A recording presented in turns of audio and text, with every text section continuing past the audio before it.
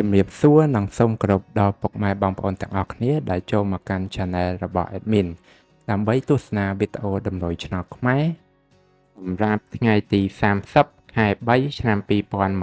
2025សម្រាប់វេលាម៉ោង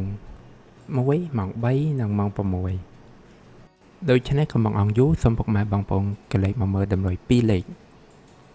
តម្រុយ2លេខ Admin គឺមានលេខ30 37 71 75សម្រាប់ប៉ោះ ABCD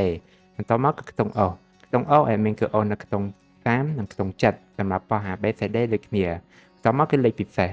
ស Admin គឺមានលេខ042គុណ283គុណនិង367គុណដែលលេខទាំងអស់នេះសុទ្ធសឹងតែជាលេខដែលមានសង្ឃឹមថានឹងចេញខ្ពស់សម្រាប់ថ្ងៃនេះអរគុណពុកម៉ែបងប្អូនទាំងអស់គ្នាដែលបានទស្សនាវីដេអូនេះពីដើមរហូតដល់ចប់ក៏ជូនពរពុកម៉ែបងប្អូនទាំងអស់គ្នាធ្វើការសងសំណាននៅថ្ងៃថ្មីទទួលបាននូវការហេងឆ្នះចំទាំងអស់គ្នាជាចុងក្រោយ Admin សូមពុកម៉ែបងប្អូនជួយ Like Subscribe និង Share ដើម្បីជាកម្លាំងចិត្តដល់ Admin ផងនិងដើម្បីពុកម៉ែបងប្អូនទាំងអស់គ្នាទទួលបាននូវវីដេអូថ្មីបានឆាប់រហ័សផងដែរដូច្នេះ Admin សូមជម្រាបលានិងជួបគ្នានៅវីដេអូក្រោយ